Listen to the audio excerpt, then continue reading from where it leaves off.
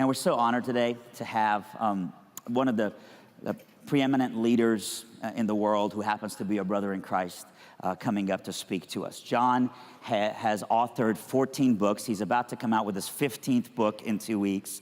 His books are leadership style books that have really changed the world. His clients include the Atlanta Falcons, the LA Clippers, Campbell Soup, West Point Academy. I mean, this is a man who travels around the world and on any given day will meet with the executive team at Southwest Airlines and then speak to their entire team as they come together. But outside of just being a great leader who walks into environments like Clemson football and works with coaches there and those kind of things, he also shares a common faith with us. And a guy who speaks all the time, telling you this morning that he's a little nervous because he's gonna talk about things he's never talked about before. I don't know about you, makes me want to lean in and see what he has to say. Come on, let's put our hands together for the great Jon Gordon, everybody. Thank you, David. Thank you. Thank you. I'm so honored to be here. Every time I come back, which is my third time being back, my faith grows more and more because I survived the flight into Lynchburg Airport.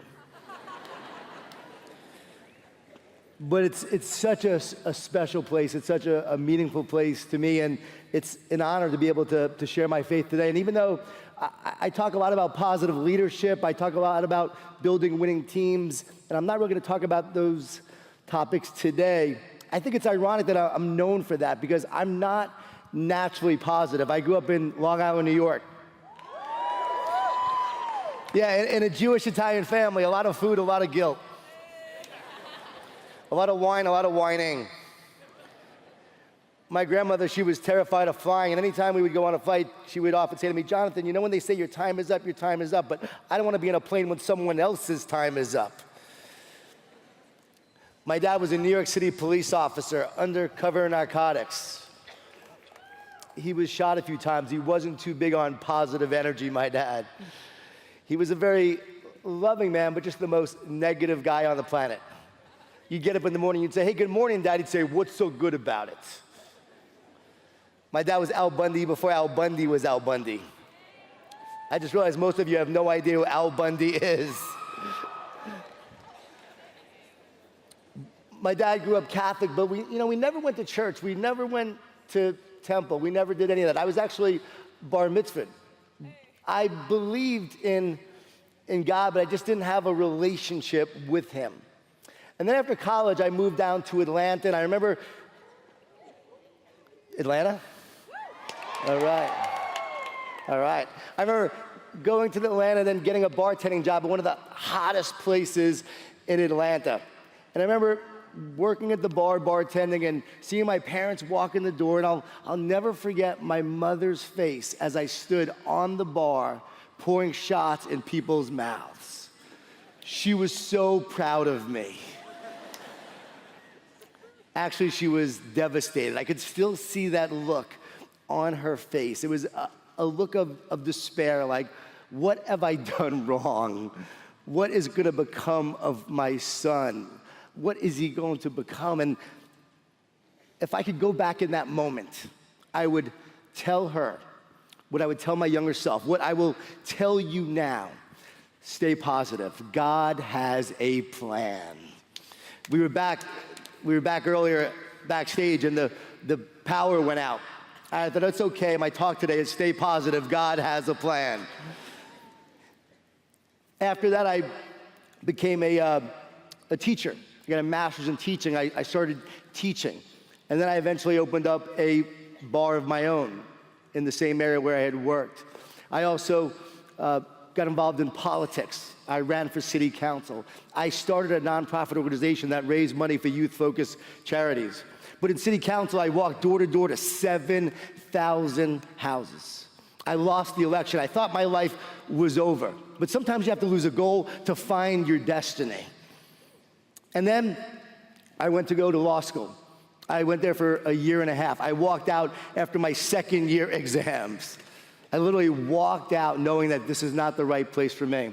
And I got a job at a .com And so now I'm working at this .com, think I'm gonna make my millions, but the .com starts to crumble, starts to fall apart, and I lose my job. And at that moment, my life starts to fall apart. My wife and I were fighting all the time. I was so full of fear and stress and worry. I didn't know what the future held, and I was being really negative a lot, and my wife had had enough. She gave me an ultimatum. She said, you have to change or our marriage is over. She said, I love you, but I'm not gonna spend my life with someone who was making me miserable all the time. And I knew I needed to change. And I was a spiritual seeker. I had meditated, I had practiced, Buddhism. But for that moment, that first time, I literally cried out to God. I said, God, why am I so miserable? Why am I here? I know I'm here for a reason, God. I know that you have a plan for me. I know you have a purpose for me. And in that moment, I'll never forget, writing and speaking came to me. I never wrote and spoke before, but that's what came to me. So I started to write this weekly newsletter, these positive tips, and I started to share these positive tips out with friends. My mother, my brother, my best friend from college, they were getting the newsletter whether they liked it or not. And then I started to walk and pray. Each day I would just take these walks of gratitude and prayers, just asking God for guidance. I opened up a Moe's Southwest Grill in Jacksonville. Yes, second mortgage our home, $20,000 in credit cards. Put everything we had into this restaurant. Didn't know if it was gonna make it or not. I mean, if it didn't make it, we were in big trouble. But I saw how God carried us during that time. That's where my faith was born.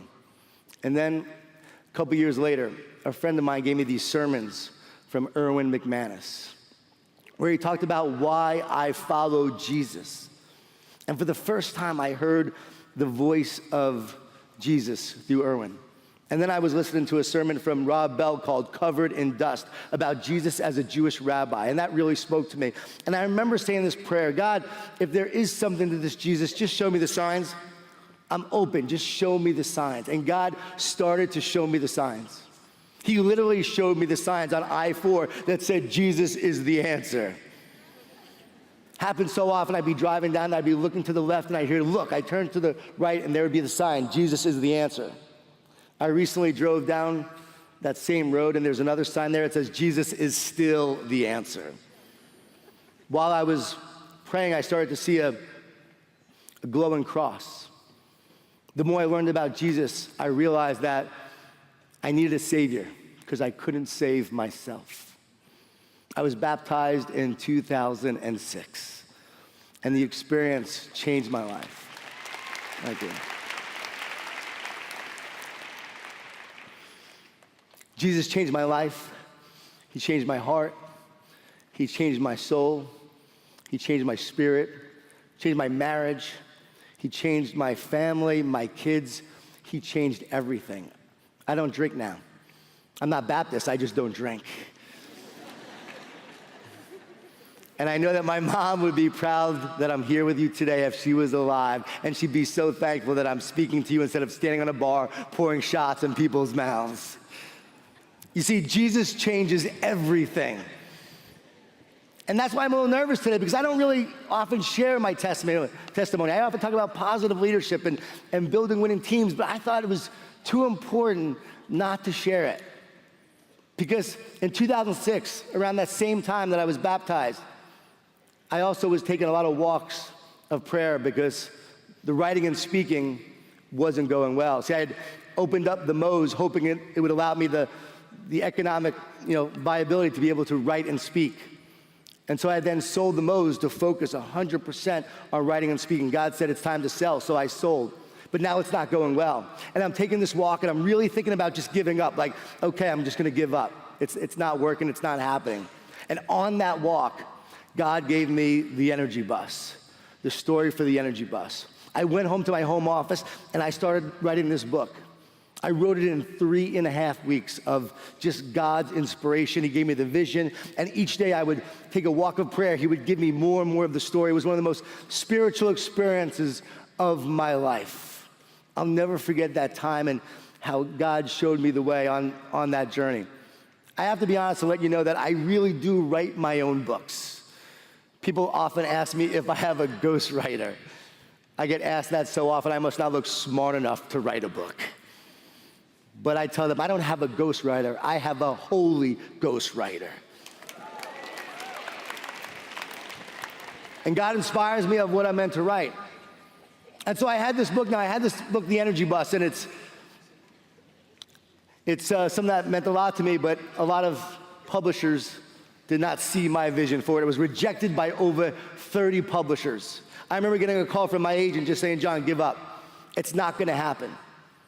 But I couldn't give up because God had given me a vision to inspire and empower as many people as possible, one person at a time. I couldn't give up. And so I kept on hoping, I kept on dreaming, I kept on praying, and now, finally, the book gets accepted by a publisher and now it's coming out. I prayed for it to be a bestseller. It came out, it was a bestseller in Korea. It was this huge hit in Korea, but not one bookstore in the United States would carry the book. Not one bookstore. So I decided to go on a 28-city tour, paid for by myself. Sometimes we're waiting on God, but God is waiting on us. And I felt called to just go share this message. And so I went from city to city sharing the message in the book. I had a good friend, Daniel Decker, and he was calling all the radio stations and TV stations in different cities where I was going to, and he said, hey, Jon Gordon's coming. Yes, he's internationally known. Which was true because I was really big in Korea. And so they would have me on their shows, and then we would do these events at night, but we had 5 people come in one city. We had 10 people come in another. We had 20 people in another. And the most people we had were 100 people in Des Moines, Iowa. They thought Jeff Gordon was coming. That's why they showed up. I got home, and I was just so exhausted, so tired. I walked in the door, and I collapsed. My wife was right there. I had been away from my family for a while. I had 2 young children. You know you're with the right person when they give you strength. And my wife was so supportive. And in that moment, I didn't know what my future held, but I knew who held my future. And I remember just in that moment, just feeling like God had a plan. And looking back, I can see that a principal I met on the road led to a speaking engagement in a school. I met a business person, which led to a talk for a business. I met a friend who gave the book to Jack Del Rio and started working with the Jacksonville Jaguars that year. And that brought me into the sports world. And then slowly but surely, the book started to spread. It didn't become a bestseller for 5 or 6 years, but here we are now 10 years later, and I get to speak to you today. The greatest students, one of the greatest places on the face of this earth, I get to share with you today. Think about that. The book has gone on to sell over 1 million copies. All my books have sold probably over 3 million copies, and I don't tell you that to be impressed with me at all, because I don't think I'm impressive at all. I tell you that because I want you to be impressed with God. I want you to know what God could do through you. I share with you my story, so you look at your story, so you look inside with yourself and know that God has a plan for you. Where you are now is not where you're gonna be. No matter what your situation is, no matter what challenging situation you are facing, no matter what obstacle you are facing, God has a plan for you. Our job is to stay positive and trust in that plan. See, you were born to do great things. When I ask people, do you want to be great? Do you want to do great things? Everyone says yes. I never heard anyone say, I want to be average, because God planted that in your heart and your soul. To pursue greatness, to strive for greatness. Because you were never meant to be average. He made you in his likeness and image. And Jesus said, even greater things than I shall you do. And yet we have this feeling of wanting to do great things, but we also often get a vision from God that makes us feel inadequate. And so we have this tension between wanting to do great things and yet this feeling of being inadequate as we pursue this vision. But that's so that we will find faith on our journey. That's so we will seek God and know that we can't do it alone. So as you strive for greatness, know that you can't be great without God's greatness. Thank you. But also know that when he gives you a vision, you go. Because God doesn't give you a roadmap. He gives you a North Star and says, move. He doesn't give you a set of plans. He gives you himself. God never said it would be easy. He said, I will be with you.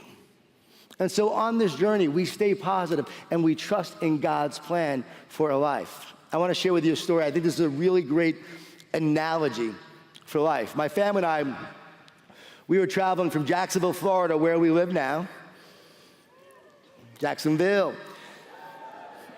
And we were going to Maine, first time ever going to Maine. We were connecting in the Philadelphia airport. We arrived an hour and a half late for our connecting flight. We landed in Terminal A and we're leaving from Terminal F. And I know in Philly you have to connect at C16, which is really far from A.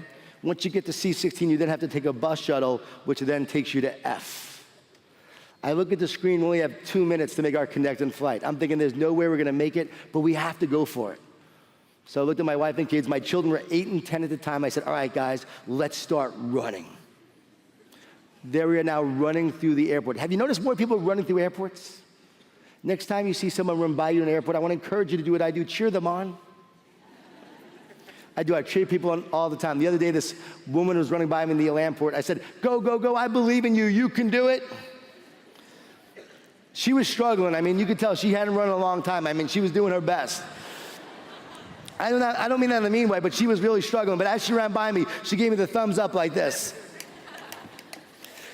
I don't always get that response.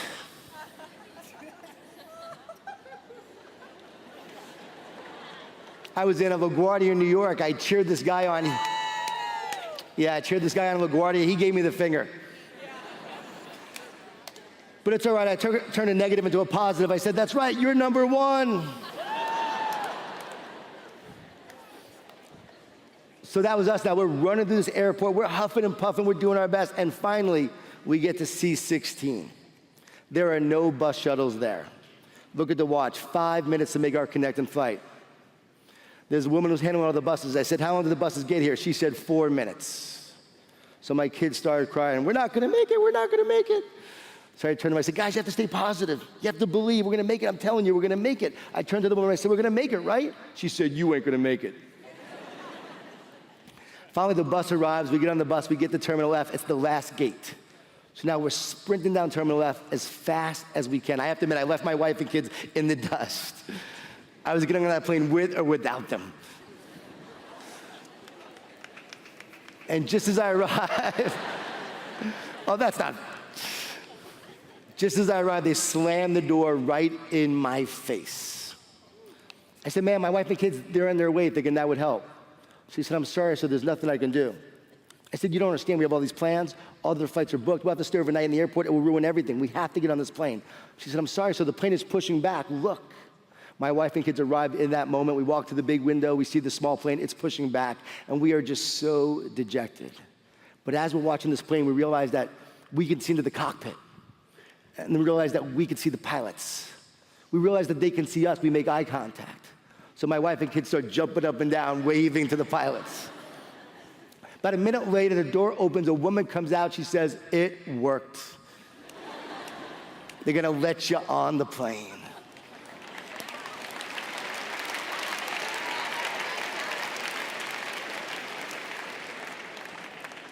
We walked down the stairs on the tarmac. They stopped the plane. The passengers weren't very positive. We take off, we land, another miracle occurred. Our luggage made it too. A true miracle. I became a believer in God in that moment. And as we're driving away in the rental car, I think, okay, this is a great teachable moment for my kids. I said, so guys, what'd you learn from this experience? I think they're gonna say, you know, Dad, I learned to stay positive. I learned to believe. And my 8-year-old son said, you know, Dad, I learned to just keep running. And when he said it, though, I thought, you know, there's so much truth to that. I looked at my wife, I said, you know, so often the key to success is that we just keep running. We stay positive, and we never give up. The number one predictor and factor of success is grit. It's not talent, it's not title, it's not wealth, It's not good looks, it's grit. The ability to work hard for a long period of time towards a goal, to persevere, to overcome, to keep moving forward in the face of adversity, failure, rejections, and obstacles. And so life knocks you down, but grit keeps you moving forward. But if grit drives us, then what drives grit? Well, it's what we're talking about today. It's having a vision of where you want to go. It's optimism. It's belief. And you know what? It's faith. Faith is so important because fear, I heard it said, is the second most powerful force in the universe because it's the one thing that will keep you from your destiny. You will have fear on this journey, but I want you to know this, that the fear and the negativity that you have do not come from you. This is really important for you to know because when I ask people, does it come from you? They say, yeah. I said, yeah? Who would ever choose to have a negative thought? No, it does not come from you. It comes from the enemy. It comes from the father of lies. And the enemy wants to sabotage you and your future. It wants to make you feel like that you're not good enough, strong enough. It wants to make you hopeless and fearful. But know this, just because you have a negative thought doesn't mean you have to believe it. Thank you, thank you. Fear is a liar. Negative thoughts are lies. Don't believe the lies. Know the truth. And the truth is what God says about you. The truth is in God's word. I think about Jesus in the wilderness, and the devil tempted him. Every time the devil shared a lie, what did Jesus do? He responded with truth. He spoke truth to the lies. And we can do the same day in and day out. We must do the same. The best advice I ever heard was from Dr. James Gills, the only person on the planet to complete 6 double Ironman triathlons. 6 double Ironmans, which means you do an Ironman, 24 hours later you do another one. And the last time he did it, 59 years old. I can't even swim the length of a pool. I asked him how he did it. He said, I've learned to talk to myself instead of listen to myself. He said, if I listen to myself, I hear all the negative, all the fear, all the doubt, and all the complaints. But if I talk to myself, I can feed myself with the words and the encouragement that I need to keep on moving forward. He would memorize and recite scripture, and that's what fueled him on his race. You can speak truth to the lies. So when you're feeling stressed, now, you could feel blessed. The research shows you can't be stressed and thankful at the same time. When you are facing a loss in your life, know that it stands for learning, opportunity, stay strong. When you fail, which you will, know that that failure does not define you. It's meant to refine you, to be all that you are meant to be. Don't believe the lie. Don't listen to the critic. Because critics do not know about your future. Critics do not know what is in your heart. Know that your positivity must be greater than all their negativity. I remember telling my dad I want to be a writer and speaker. I found my calling, Dad. His response, what the heck you want to do that for? That's a load of junk. That won't amount to anything. He used other words. After a couple of years, I got on the Today Show. The show was called Get Energized Today. I remember flying up to New York to be on national television. I was terrified. I got to the green room. They sat me next to Queen Latifah. Came my time to go be with Matt Lauer. I'm walking towards the door, and I hear Queen yell, "You go, energy guy." So I went out there. I thought that was funny, by the way. I went out there. I coached several people on enhancing their energy and their optimism for their work. And as I walked out of the studio, who called me but my dad? He said, "Your mother, I just saw you on TV. You really made a difference. We're so proud of you. We always knew you could do it." You know what? You will face negativity on the journey. Don't listen to it. Show up every day and just do the work. Keep showing up, doing the work. Repeat tomorrow. Stay positive. Show up and do the work. And then when you face that challenge, because every one of us has challenges day in and day out, know that every challenge is ultimately an opportunity. And your greatest challenges will lead to your greatest opportunities. When I graduated college, 22 years old, I didn't go right to Atlanta. I actually went to Houston first because there was a girl in Houston.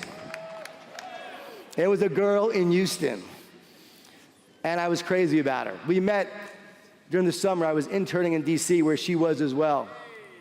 And so right after college, get in my car, and now I drive from New York to Houston, a 24-hour drive. But halfway there, around Bristol, Tennessee, my car caught on fire. The engine exploded on the side of the road. I should have known right then and there that God was giving me a sign it wasn't going to work out. But I kept going there. I got a U-Haul, drove it down there, and then everything we had hoped for and talked about wasn't working out. We were fighting a lot. I didn't get into the law school I wanted to get into there, and it just wasn't going well. And I went up to her one day. I said, I think I got to go home and figure some things out. She said, if you go home, then we're over. I said, I got to go home. So now I'm driving home, 22 years old, pitch black, 24-hour drive from Houston to New York. I'm on the lonely road. My heart is broken, tears coming down my face, and I hear this song come on the radio, I'll do anything for love, but I won't do that, from Meatloaf. I got home, I'm waiting tables. All my friends are working on Wall Street. I feel like my life is going nowhere. I decided to go to Atlanta. To this day, I still don't know why I went to Atlanta. Actually, I do know why. God sent me there. Because when I opened up my own bar and grill, 3 weeks after opening, I was standing on the corner, and down the street, this woman was walking, and for me, it was love at first sight. For her, it took a few years. But that woman would become my wife. And I think about that often, that if I just walked out of there just a minute later, or if she would have waited a minute, or 5 minutes, or would have came earlier, I wouldn't have seen her. Stay positive. God has a plan. And people often ask me, John, what would you tell your younger self? One of the things I would tell them is this: she's out there. Don't worry, you will find her. Stay positive. God has a plan. There's a formula I want to share with you. E plus P equals O. E plus P equals O. We can't control the events in our life, but we can have a positive response to those events, and so often that determines the outcome. Don't let your circumstances alter your faith. Let your faith alter your circumstances. And know that E plus P equals O, that P also stands for purpose. We need a bigger purpose, because there are going to be days we get up, we don't feel very positive. There are going to be days we get up, we don't want to even get out of bed, and that's where we need a purpose to give us something to be positive about. See, God doesn't give us the plan for our life, but He does give us the purpose to fulfill it. And I know that you can't know your purpose without a relationship with the one who created you for a purpose. There is a reason why you are here. You are blessed and given a purpose, and God gives each one of us a purpose, because He created us for a purpose, to live that purpose and be on purpose. And one of the ways we also discover this purpose is by going out each day and living with purpose, and just finding ways to love and serve and care. Love and serve and care. We honor God by loving and serving and caring, and I think about Jesus, and I know that's what He did.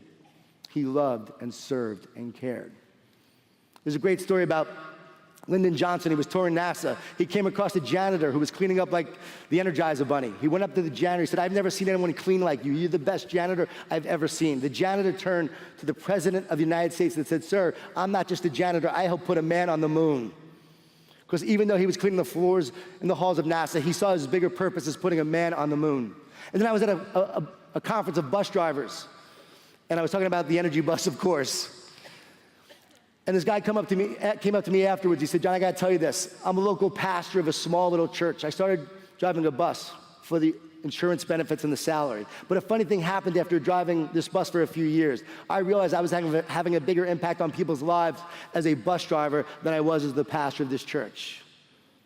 Now, that doesn't mean we're discrediting pastors here. Pastors make a huge impact. I love pastors. There are people that are called to be pastors. But what this gentleman taught me is that we don't have to go on a mission trip to be on a mission. That every day we can bring our mission, our purpose to the work that we do. And as we move towards Good Friday and Easter, I'm thinking about Jesus. I'm always thinking about Jesus, but more so this week. And Jesus had his purpose. He knew his purpose. And it was the ultimate story of hope, of forgiveness, and love. And when I think about that, I think about the disciples.